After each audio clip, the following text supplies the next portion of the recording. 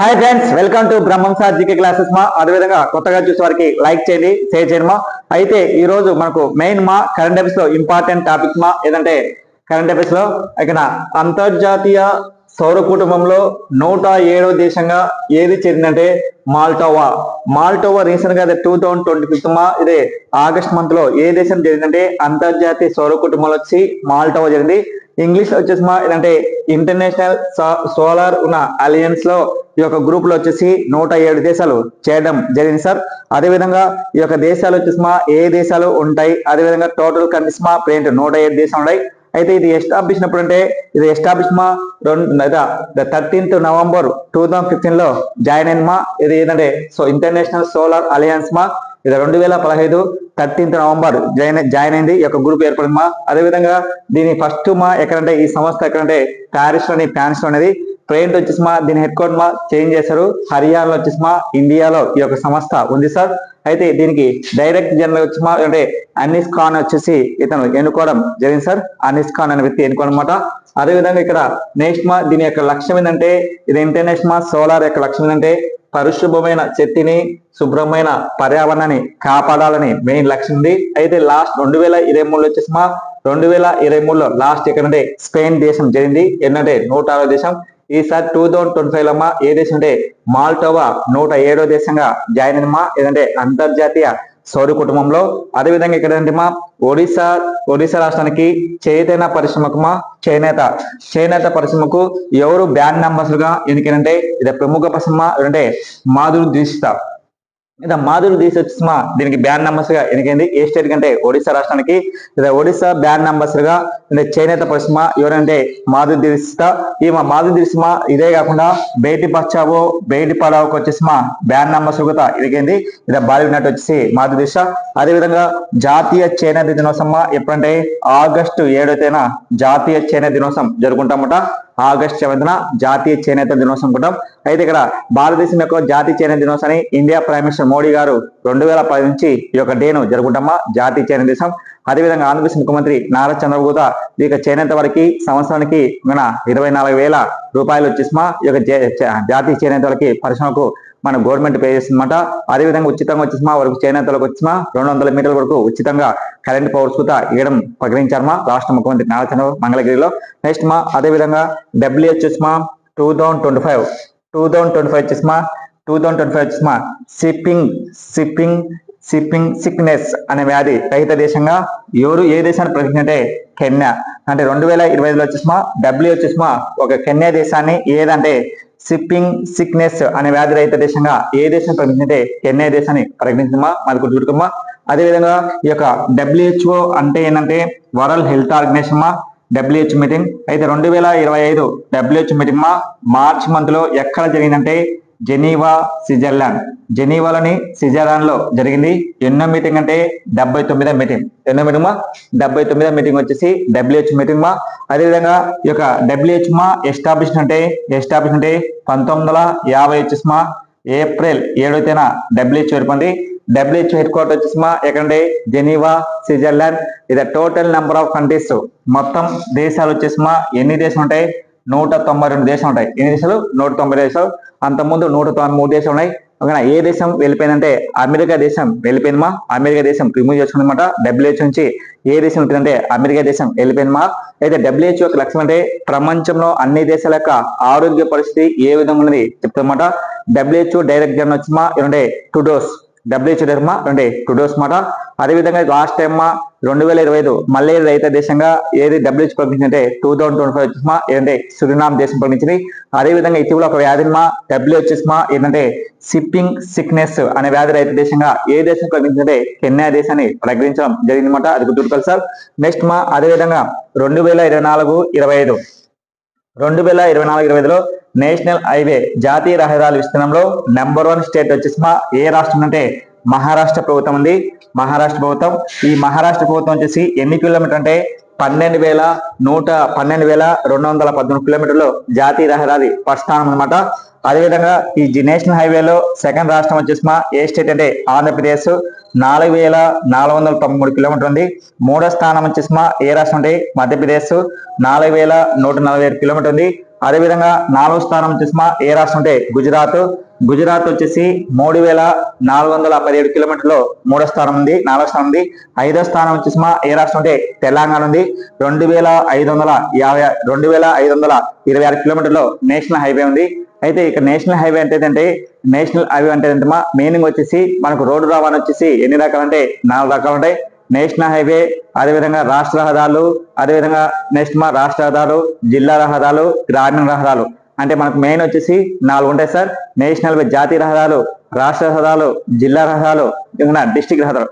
National highway అంటే meaning వచ్చేసి జాతీయ రహదారులు అంటే పెద్ద పెద్ద పట్టణాలతో పాటు రాష్ట్రాలతో పాటు జిల్లాలతో పాటు కలిపేదాన్ని వచ్చేసి ఏమంటే జాతీయ రహదారులు అంటారు. ఇది జాతీయ రహదారులు. మన భారతదేశంలో ఎక్కువ వచ్చేసి గ్రామీణ రహదారులు ఎక్కువ ఉంటాయి. గ్రామీణ రహదారుల్లో నెంబర్ 1 స్టేట్ వచ్చేసి ఏ రాష్ట్రం అంటే ఉత్తరప్రదేశ్ ఉంటాయన్నమాట. నేషనల్ హైవేలు వచ్చేసి ఫస్ట్ ఏ రాష్ట్రం అంటే మహారాష్ట్ర ఉండమా. ఏ రాష్ట్రం అంటే మహారాష్ట్ర నేషనల్ హైవే ఉంటుంది. గుర్తుపెట్టుకోవాలి సార్. ఇది మనకి ఎక్కడ వస్తుంటే జాగ్రఫ్ లో వస్తాయి. ఇది జాగ్రఫ్ లో మన భారతదేశంలో పెద్ద జాతీయ రహదారి వచ్చేసి NH47 మా, అది గుర్తుపెట్టుకున్నాం. జాతీయ రహదారి పెద్దమా ఏంటంటే NH47, అది చిన్న NH7 గా గుర్తించడం జరిగింది సార్. ఇది మనకి మెయిన్ అంటే ఎగ్జామ్ అవుతుందన్నమాట. నేషనల్ హైవే అనేది జాగ్రఫ్, ఇది జాగ్రఫ్ లో వెరీ ఇంపార్టెంట్ టాపిక్స్ మా. అయితే ఇక్కడ మెయిన్ వచ్చేసి ఏంటంటే నేషనల్ హైవేలో నెంబర్ 1 స్టేట్ వచ్చేసి మహారాష్ట్ర, సెకండ్ రాష్ట్రం Andhra Pradesh, third Madhya Pradesh, fourth Gujarat, fifth వచ్చేసి తెలంగాణ రాష్ట్రం ప్రకటించడం జరిగింది సార్. ఇది మెయిన్ మనకు కరెంట్ అఫైర్స్ లో మనకు మెయిన్ అదేవిధంగా జాతీయ చేనేత దినోత్సవంగా ఎవరు బ్యాన్ నామినేషన్ అంటే ఒడిశా రాష్ట్రం మాధురి దిశ ఎన్నుకోవడం జరిగింది సార్. ఓకేనా. ఇక్కడ మనకి ఏదంటే అగ్ని-5 సిప్నిమా ఏదంటే అగ్ని-5 మనకు రీసెంట్ గా DRDO అండ్ డిఫెన్స్ మినిస్టర్ వాళ్ళ కలిపి అగ్ని-5 సిప్ని వచ్చేసి ఎక్కడ ప్రయాణించంటే బాలిస్టిక్ సిప్నిమా పరీక్ష విజయవంతమైంది. దీని పరిధి వచ్చేసి ఎన్నికలు ఉంటే 5,000 కిలోమీటర్లు. ఈ యొక్క అగ్ని-5 వచ్చేసి 2025 ఆగస్టు 20 ఒడిశాలోని చాందీపూర్ పరీక్ష కేంద్రంలోని దీన్ని ప్రయోగించారన్నమాట. అగ్ని-5 ఈ ఒకేసారి వచ్చేసి 3 అణు వార్ హెడ్ ను మోసుకుపోయిందన్నమాట. ఏసమంటే అగ్ని-5 మనకేంటంటే DRD వాళ్ళు వచ్చేసి అగ్ని-1, అగ్ని-2, అగ్ని-3, అగ్ని-4, అగ్ని-5 అనే సిప్ని ప్రయోగిస్తారు. వాటిల్లో వచ్చేసి మెయిన్ వచ్చేసి అంటే అగ్ని-5 సిప్ని DRDO తో పాటు కేంద్ర డిఫెన్స్ మినిస్టర్ వాళ్ళు దీన్ని ప్రయోగించారన్నమాట.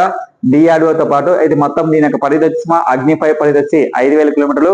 అగ్ని-5 వచ్చేసి అంటే అగ్ని-5 ఈ యొక్క సిప్ని వచ్చేసి DRDO డిఫెన్స్ వాళ్ళు ప్రయోగించామా. DRDO అంటే డిఫెన్స్ రీసెర్చ్ డెవలప్మెంట్ ఆర్గనైజేషన్ వాళ్ళు దీన్ని ప్రయోగించారు. హెడ్ క్వార్టర్ వచ్చేసి ఎక్కడంటే న్యూఢిల్లీలో అనమాట. అది గుర్తు సార్. నెక్స్ట్ అదేవిధంగా నగదుతో ఆన్లైన్ లో గేమ్ నిర్వహణకు వచ్చేసి బిల్లు ఆమోదించారు. 2025 వచ్చేసి కేంద్రం యొక్క సమాచార శాఖ మంత్రి, అదేవిధంగా వచ్చేసి IT శాఖ మంత్రి, అదేవిధంగా నెక్స్ట్ రైల్వే శాఖ మంత్రి అశ్విని వైష్ణవ్ వచ్చేసి ఈ యొక్క బిల్లును ఆమోదించారు. ఏం సార్ ఈ యొక్క ఆన్లైన్ లో గేమ్స్ అంటే మనం డబ్బుతో పెట్టినప్పుడు డబ్బు ఆడేటప్పుడు ఆన్లైన్ గేమ్స్ లో క్రికెట్ కానీ బెట్టింగ్ కానీ ఈ యొక్క ఆన్లైన్ గేమ్స్ లో ఎవరు ఆడుతారో వాళ్ళ మీద కేంద్ర ప్రభుత్వం వచ్చేసి శిక్ష విధించే అధికారం ఉంది. ఇప్పుడు ఆన్లైన్ లో గేమ్స్ ఆడుతుంటారు, డబ్బులు పెట్టి ఆన్లైన్ లో గేమ్స్ క్రికెట్ కానీ ఆన్లైన్ గేమ్స్ ఆడుతుంటారు. క్రికెట్ కానీ బ్యాడ్మింటన్ కొన్ని గేమ్స్ ఆడుతారు, చెస్ గేమ్స్ కానీ అట్లా ఆన్లైన్ గేమ్స్ వాళ్ళకు కేంద్ర ప్రభుత్వం వచ్చేసి ఒక శిక్ష ఖచ్చితంగా ఈ ఆన్లైన్ గేమ్స్ వల్ల ఎంతో మంది వచ్చేసి ప్రాణాలు కోల్పోయారన్నమాట. ఎంతో మంది నష్టాలు కూడా రావడం అనమాట. అందుకని ఈ యొక్క ఆన్లైన్ గేమ్స్ నిషేధించడానికి కేంద్ర ప్రభుత్వం లోక్సభలో ఈ బిల్లు ఆమోదించాలి. ఒకవేళ ఎవరైనా ఆన్లైన్ గేమ్స్ ఆడితే అతిక్రమిస్తే 2,000 జైలు శిక్ష మరియు 50 లక్షల వరకు ఫైన్ కూడా విధించడం జరుగుతుంది సార్ ఈ యొక్క ఆన్లైన్ గేమ్స్ లో. నెక్స్ట్ అదేవిధంగా ఆసియా షూటింగ్ లో ఛాంపియన్షిప్ పోటీలో భారత క్రీడాకారులు వచ్చేసి ఏమంటే ఆనంద్ జీత్ సింగ్ ఆయనకు ఏ పథకం వచ్చిందంటే పురుషుల విభాగంలో వచ్చేసి స్వర్ణ పథకం వచ్చింది. ఇక్కడ మెయిన్ వచ్చేసి ఆసియా షూటింగ్ ఛాంపియన్షిప్ ఎక్కడంటే కజకిస్తాన్ లో ఈ యొక్క మ్యాచ్ జరుగుతుంది. కజకిస్తాన్ లో మన భారత క్రీడాకారులు వచ్చేసి అంటే ఆనంద్ జీత్ సింగ్ వచ్చేసి పురుషుల విభాగంలో స్వర్ణ పథకం వచ్చింది. అదేవిధంగా మిక్స్డ్ డబుల్స్ అంటే సౌరభ్ చౌదరి, అదేవిధంగా సురిచ్ ఇంద్ర సింగ్ 10 మీటర్లు వచ్చేసి ఏ పథకం వచ్చింది, కాంస్య పథకం వచ్చింది. అదేవిధంగా ఆసియా హాకీ కప్ లేదా ఏషియన్ హాకీ కప్ ఆగస్ట్ 29, 2025 నుంచి ఏ రాష్ట్రంలో అంటే భారతదేశం వచ్చేసి ఏ రాష్ట్రం అంటే బీహార్ లోని రాజ్గిరిలో ఈ యొక్క మ్యాచ్ జరుగుతుందన్నమాట. ఏ మ్యాచ్ అంటే ఇలా ఆసియా హాకీ కప్ 2025 బీహార్ లోని రాజ్గిరిలో అవుతుంది. అది మనకి ఇంపార్టెంట్. అయితే ఈ ఆసియా కప్ ఫస్ట్ మ్యాచ్ 2011లో ఈ యొక్క మ్యాచ్ స్టార్ట్ చేసింది. ఇది టోటల్ నెంబర్ ఆఫ్ టీమ్స్ 6 దేశాలు. ద మోస్ట్ ద విన్నర్ వచ్చేసి ఏ దేశం అంటే ఇండియా వచ్చేసి 5 సార్లు గెలిచిందన్నమాట. ఇప్పటి వరకు 9 సార్లు అయితే 5 సార్లు ఇండియా గెలిచింది. 2011లో ఈ యొక్క మ్యాచ్ ఏ దేశం అంటే చైనాలో జరిగింది. విన్నర్ వచ్చేసి ఏ దేశం అంటే భారత్, రన్నర్ వచ్చేసి పాకిస్తాన్. అయితే 2025 9th మ్యాచ్ ఎక్కడంటే ఇండియాలోని బీహార్ వచ్చేసి రాజ్గిరిలో ఈ యొక్క మ్యాచ్ జరుగుతుందన్నమాట. నెక్స్ట్ అదేవిధంగా ఆసియా కప్ భారత్ జట్టు మేనేజర్ గా ఎవరికంటే ప్రశాంత్ అనే వ్యక్తి ఎన్నికారు. ఇది సెప్టెంబర్ 9, 2025లో ఎన్నుకోవడం జరిగింది సార్. నెక్స్ట్ అదేవిధంగా జాతీయ మహిళా కమిషన్ సలహా కమిటీ సభ్యులుగా 2020లో ఎవరు ఎన్నికారంటే ఇది మన ఇండియా ప్రముఖ బ్యాడ్మింటన్ పివి సింధు గారు. అదేవిధంగా తెలంగాణ అదనపు డైరెక్ట్ పోలీస్ అధికారి వచ్చి మహేష్ భగవత్ వారు ఎన్నికారు.